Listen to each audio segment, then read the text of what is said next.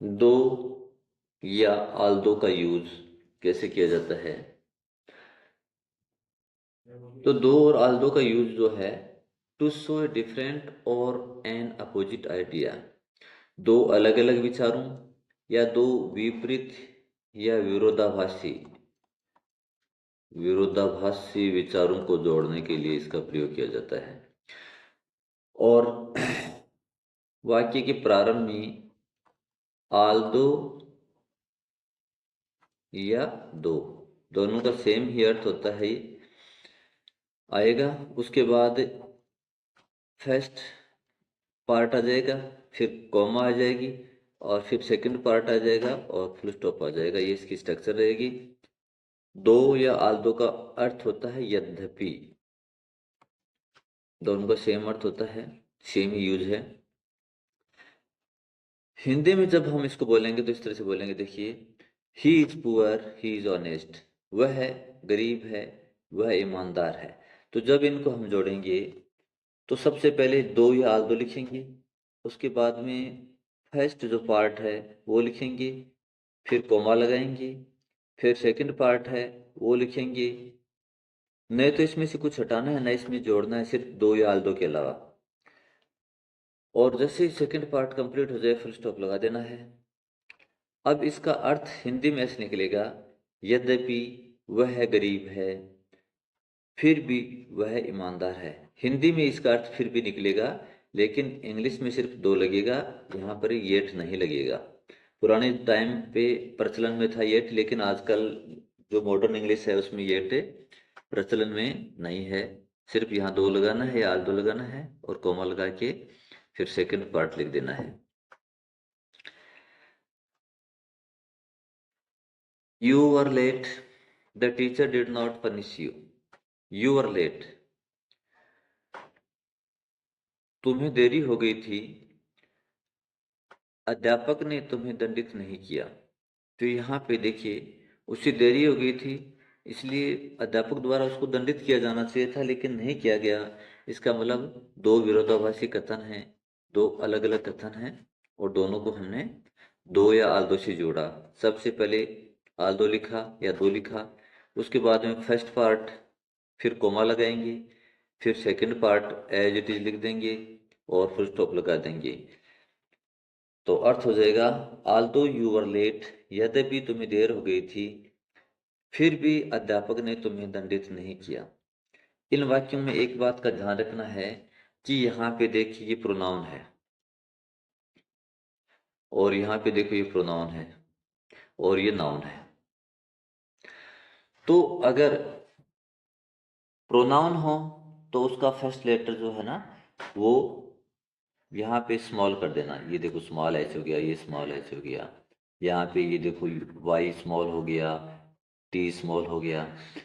तो कोई नाउन अगर प्रॉपर नाउन है, दोनों ही वाक्यों में, मान लो यहाँ पे या यहाँ पे कोई सब्जेक्ट जो है वो अगर प्रॉपर नाउन है तो उसको तो कैपिटल लेटर में रखना है। जैसे मान लो नाम आ गया राम, रवि, सीता, गीता, ऐसे कुछ, तो उसका तो कैपिटल लेटर ही रखना है। लेकिन अगर कॉमन नाउन हो या अन्य कोई नाउन हो, या फिर कोई भी प्रोनाउन हो, तो उनको अपन स्मॉल लेटर में लिख देंगे। आगे एग्जांपल में देखते हैं, देखिए, you are not invited, you attended the function.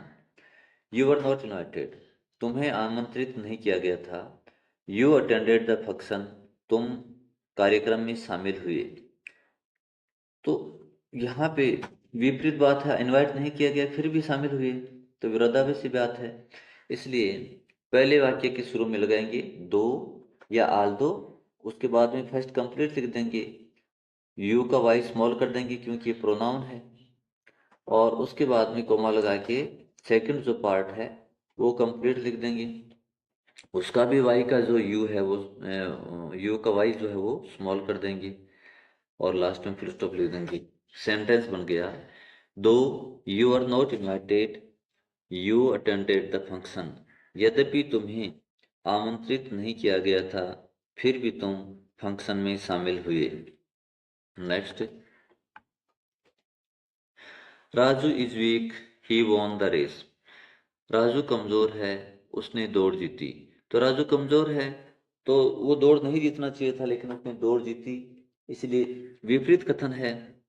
तो दोनों को आल्दो से जोड़ दिया, स्टार्टिंग में आल्दो या दो लगा दिया, उसके बाद में फर्स्ट सेंटेंस लिखा, उसके बाद कोमा लगाया, फिर सेकंड सेंटेंस लिखा, कोमा फुल स्टॉप लगा दिया। अब यहाँ देखिए राजू जो है प्रॉपर नाउन है, इसका आर कैपिटल रख दिया, लेकिन ही जो है वो प्रोनाउन है तो उसका एच स्मॉल कर दिया। तो आपको बस ये ध्यान रखना है कि कोई प्रॉपर नाउन हो तो उसका तो कैपिटल लेटर रख देना, बाकी सबको जो भी है सब्जेक्ट उसको स्मॉल लेटर में लिख देना। Next, Sita has a car, she goes to office on foot. Sita के पास एक कार है, वह पैदल कार्यालय जाती है। तो यहाँ कार है तो वो ऐसा समझ जाता है कि वो गाड़ी से जानी चाहिए, लेकिन वो गाड़ी से नहीं जाती है, विपरीत कथन है या मतलब अलग कथन है। तो दो या आल्दो से जोड़ देंगे स्टार्टिंग में। और सीता है ये कार, दो सीता है ये car, comma she goes to office on foot. यद्यपि सीता के पास कार है, फिर भी वह कार्यालय पैदल जाती है। तो यहाँ देखिए सी जो है उसमें एस स्मॉल हो गया, क्योंकि ये प्रोनाउन है, और यहाँ सीता नाउन है इसलिए प्रॉपर नाउन है, इसलिए इसको एस कैपिटल ही रखा, स्मॉल नहीं किया। Next, they played all, they played well, they lost the match. वे अच्छा खेले, वे मैच हार गए।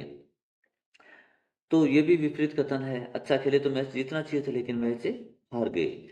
तो अपन कहेंगे यद्यपि वे अच्छा खेले, though they played well, comma they lost the match, फिर भी वे मैच हार गए।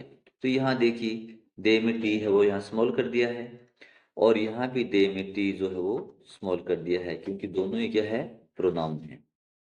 Next, Ram worked hard, he failed in the examination.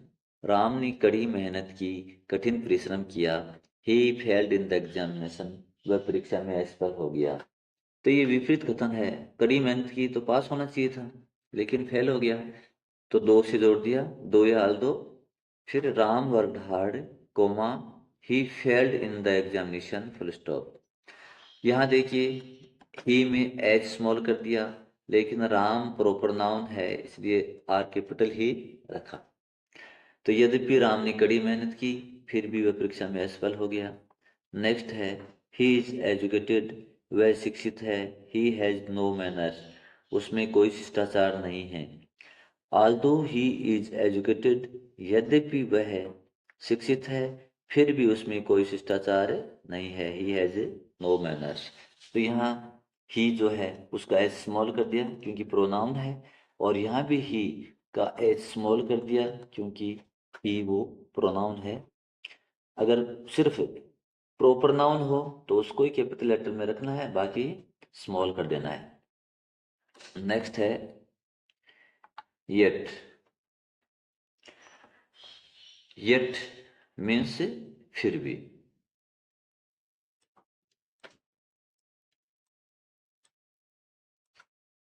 To show a different और एन अपोजिट आइडिया, ये भी दो अलग अलग कथनों या दो विरोधाभासी कथनों को जोड़ने के लिए प्रयुक्त किया जाता है।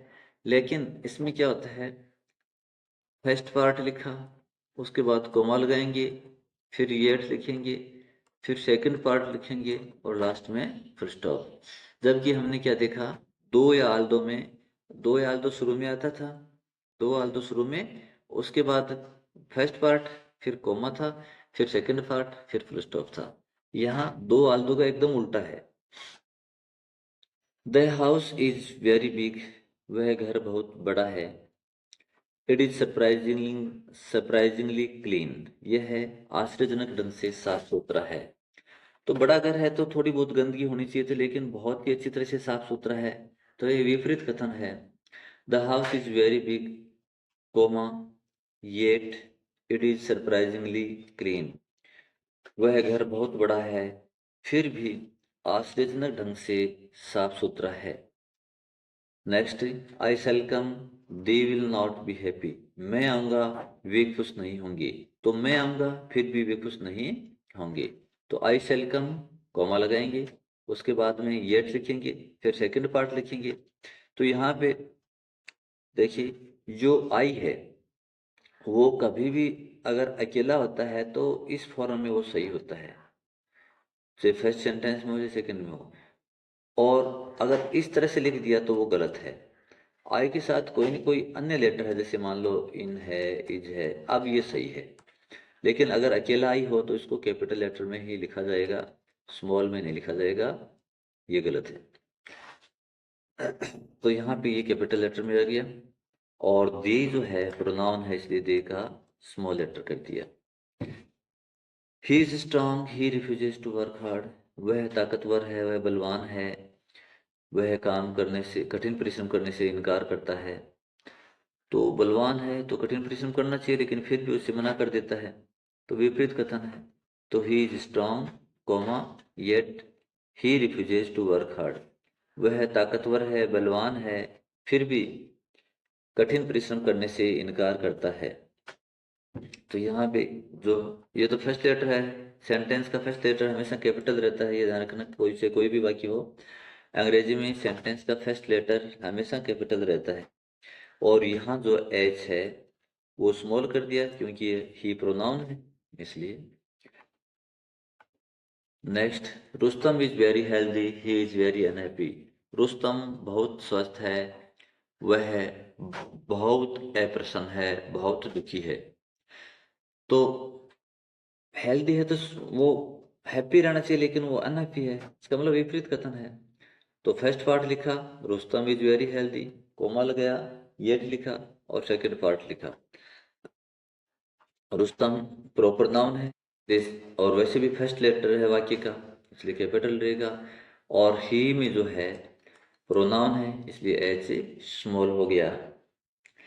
Mohan work day and night, he failed.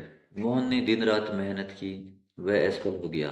तो मोहन ने दिन रात मेहनत की, फिर भी वह असफल हो गया, विपरीत कथन है, विरोधाभासी कथन है।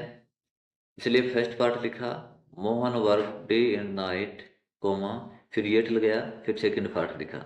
और सेकंड पार्ट में जो ही है उसका एच स्मॉल कर दिया क्योंकि ये प्रोनाउन है, इसलिए। और ये नाउन है, और वैसे भी वाक्य का फर्स्ट लेटर है तो कैपिटल लेटर में रहेगा। Next, he is rich, he is not happy. वह धनवान है, वह खुश नहीं है। तो फर्स्ट पार्ट लिखेंगे ही इज रिच लिखा, कोमा लगाएंगे, येट लिखा, और सेकंड पार्ट लिख देंगे ही इज नॉट हैप्पी। और ये तो वाक्य का प्रथम अक्षर है, इसलिए कैपिटल लेटर में रहेगा। लेकिन इस ही का जो एच है वो स्मॉल हो जाएगा क्योंकि प्रोनाउन है, इसलिए स्मॉल हो जाएगा। Next, these toys are ugly and expensive, the boys like to buy them. ये खिलौने भद्दे और महंगे हैं, लड़के इनको खरीदना चाहते हैं।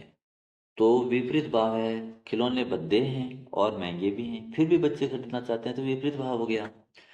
तो फर्स्ट पार्ट लिखेंगे these toys are ugly and expensive, ये खिलौने भद्दे और महंगे हैं, कोमा, येट लिखेंगे, और सेकंड पार्ट लिख देंगे the boys like to buy them. ये खिलौने भद्दे और महंगे हैं, फिर भी लड़के इनको खरीदना चाहते हैं। तो देखिए ये जो है द बॉयज नाउन है, तो इसमें द का है ना टी स्मॉल कर दिया। नेक्स्ट, बट, बट का अर्थ होता है लेकिन, परंतु, बल्कि, इत्यादि। ये भी दो विपरीत कथन या विरोधाभासी कथन को जोड़ने के लिए प्रयुक्त होता है। टू शो ए डिफरेंट और एन अपोजिट आइडिया। दो विपरीत कथन या दो विरोधाभासी कथन या दो अलग अलग कथन जोड़ने के लिए इसका प्रयोग किया जाता है। इसकी स्ट्रक्चर क्या होती है, फर्स्ट पार्ट लिखा, कोमा लगाया, उसके बाद में बट लिखा, फिर सेकंड पार्ट लिखा, और फुल स्टॉप। फर्स्ट पार्ट, फिर कोमा, फिर बट, फिर सेकंड पार्ट, और लास्ट में फुल स्टॉप। ये इसकी स्ट्रक्चर होती है। I want to go to play, मैं खेलना चाहता हूँ, आई एम सिक। तो यहाँ पे दो विपरीत कथन है। जैसे खेलना चाहता है तो वो स्वस्थ होना चाहिए, लेकिन वो बीमार है। इसलिए फर्स्ट पार्ट लिखा, I want to go to play, comma, but I am sick. First part लिखा, कोमा लगाया, बट लिखा और सेकंड पार्ट लिखा और फुल स्टॉप। मैं खेलना चाहता हूँ लेकिन मैं बीमार हूँ। Next, he is poor Indeed, वह सचमुच में बीमार है। His character, sorry, he is poor, वह सचमुच में गरीब है। हिज करेक्टर इज स्पॉटलेस, उसका चरित्र जो है वो स्पॉटलेस है यानी बेदाग है, बेदाग या निष्कलंक है। He is poor indeed, comma, but लगा दिया, उसके बाद में सेकंड पार्ट पूरा उतार दिया। सेंटेंस बन गया, ही is poor Indeed but his character is spotless, वह सचमुच में गरीब है लेकिन उसका चरित्र बेदाग है, निष्कलंक है। तो यहाँ देखिए, जो ये सब्जेक्ट था हिज करेक्टर, तो उसका फर्स्ट लेटर हिज का एच हो गया small. Next, he is rich, he is very माइजर, वह धनी है, वह धनवान है, अमीर है। ही इज वेरी माइजर, माइजर मीन्स होता है कंजूस, लेकिन वह कंजूस है, माइजर है। तो फर्स्ट पार्ट लिखा, कोमल गया, बट लिखा, सेकंड पार्ट लिखा और इस ही में एच स्मॉल कर दिया। ही इज रिच, वह धनी है लेकिन वह बहुत कंजूस है। Next, he is naughty, naughty का मतलब होता है शरारती, शरारती। आई लाइक हिम, मैं उसे पसंद करता हूँ। तो फर्स्ट पार्ट लिखा, ही इज नॉटी, वह शरारती है, बट आई लाइक हिम, लेकिन मैं उसे पसंद करता हूँ। Next, Rahul is rich man, he does not help anyone, Rahul एक धनवान व्यक्ति है। He does not help anyone, वह किसी की मदद नहीं करता है। तो इस वाक्य में फर्स्ट पार्ट लिखा पहले, फिर कोमा लगाया, फिर बट लिखा, फिर सेकंड पार्ट लिख दिया और ही जो प्रोनाउन है उसका फर्स्ट लेटर है स्मॉल कर दिया। फिर है लेस्ट, लेस्ट का अर्थ होता है कहीं ऐसा न हो कि, कहीं ऐसा न हो कि। और यहाँ पे जो है, न तो इसमें से कुछ हटेगा दोनों वाक्यों में, न कुछ जुड़ेगा, सिर्फ लेस्ट जोड़ देना और बीच में जोड़ देना। और लेस्ट के बाद जो सेंटेंस होगा ना उसमें शुड होगा, लेस्ट के बाद जो सेंटेंस होगा ना उसमें शुड होना चाहिए, ये इसका नियम है। तो फर्स्ट पार्ट लिखेंगे, फर्स्ट पार्ट लिखेंगे, उसके बाद में लेस्ट लिखेंगे, उसके बाद में सेकंड पार्ट लिखेंगे जिसमें शुड होगा, सेकंड पार्ट में शुड होगा, लास्ट में फुल स्टॉप। वॉक केयरफुली, सावधानी पूर्वक चलिए।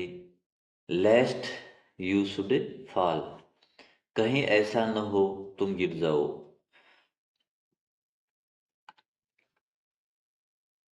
सेकंड है वर्क हार्ड, कठिन परिश्रम करो। यू शुड फेल, तुम फेल हो जाओगे।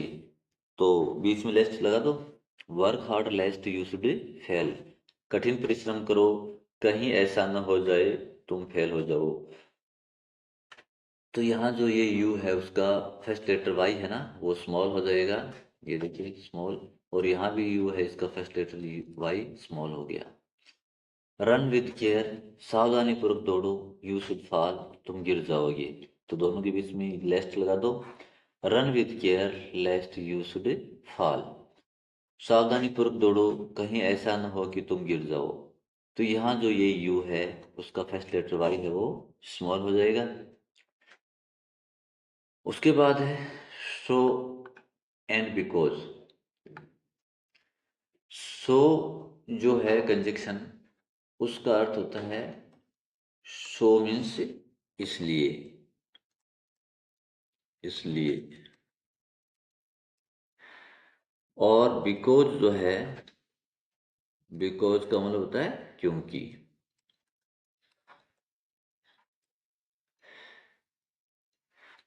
इनमें क्या होता है, सो, सो के बाद जो है ना आप परिणाम दर्शाएंगे। सो के बाद में परिणाम यानी रिजल्ट, सो के बाद रिजल्ट आएगा। और बिकॉज जो है, बिकॉज यानी क्योंकि, तो इसके बाद में रीजन आएगा, रीजन यानी कारण। ये दो स्ट्रक्चर हैं, इनको याद कर लेना, फर्स्ट और सेकंड। देखिए सो, और एक ध्यान रखना, सो से पहले कोमा आएगा, लेकिन बिकॉज के पहले कोई कोमा नहीं आएगा। सो से पहले कोमा लगाना है, बिकॉज से पहले कोमा नहीं लगाना है।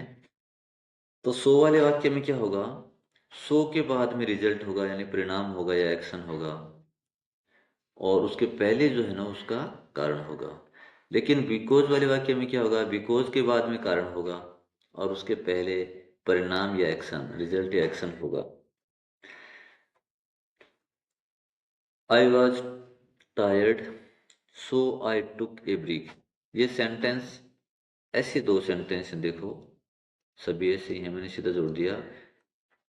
आई वॉज टायर्ड एक सेंटेंस ये है, और दूसरा है आई टुक ए ब्रेक। ये दो सेंटेंस हैं।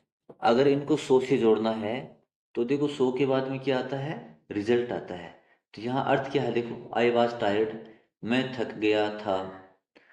आई took a break, I took a break, मैंने विश्राम किया। तो उसने जो है विश्राम क्यों किया, क्योंकि थक गया था, तो ये तो कारण हो गया।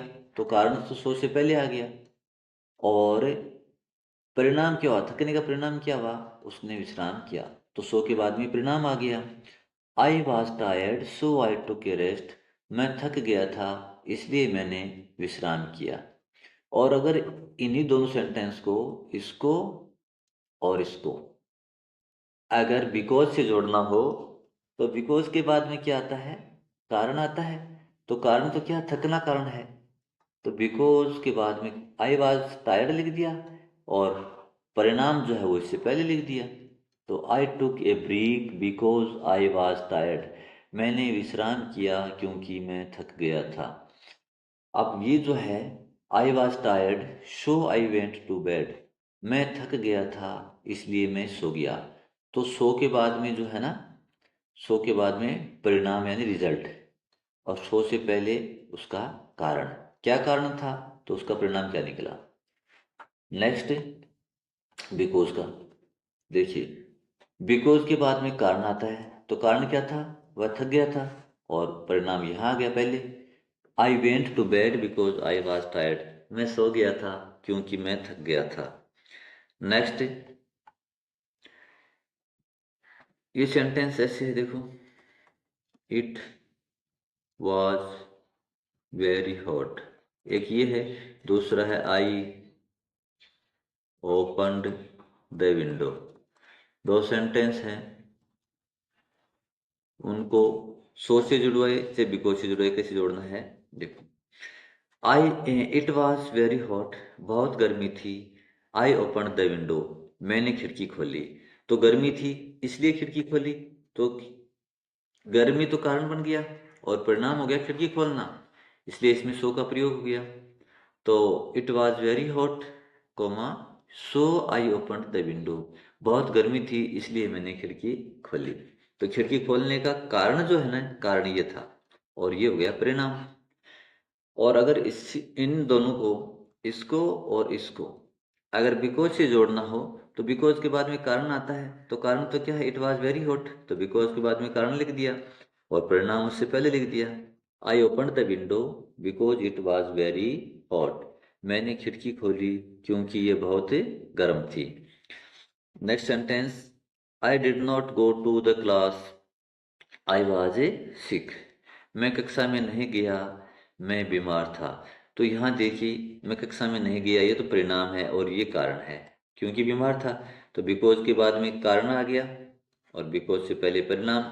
तो आपको क्या याद रखना है, इतना याद रखना है कि बिकॉज के बाद में कारण आता है, और सो के बाद में परिणाम आता है। तो I did not go to the class I was sick, I did not go to the class because I was sick, मैं कक्षा में नहीं गया क्योंकि मैं बीमार था। और इन्हीं वाक्यों को अगर सो से जोड़ना हो इन दोनों को तो हो जाएगा आई वाज सिक। सो से पहले कोमा लगा दो, so I didn't go to the class. मैं बीमार था इसलिए मैं कक्षा में नहीं गया। तो इस तरह से ये सो और बिकॉज का यूज है, बहुत इंपॉर्टेंट है।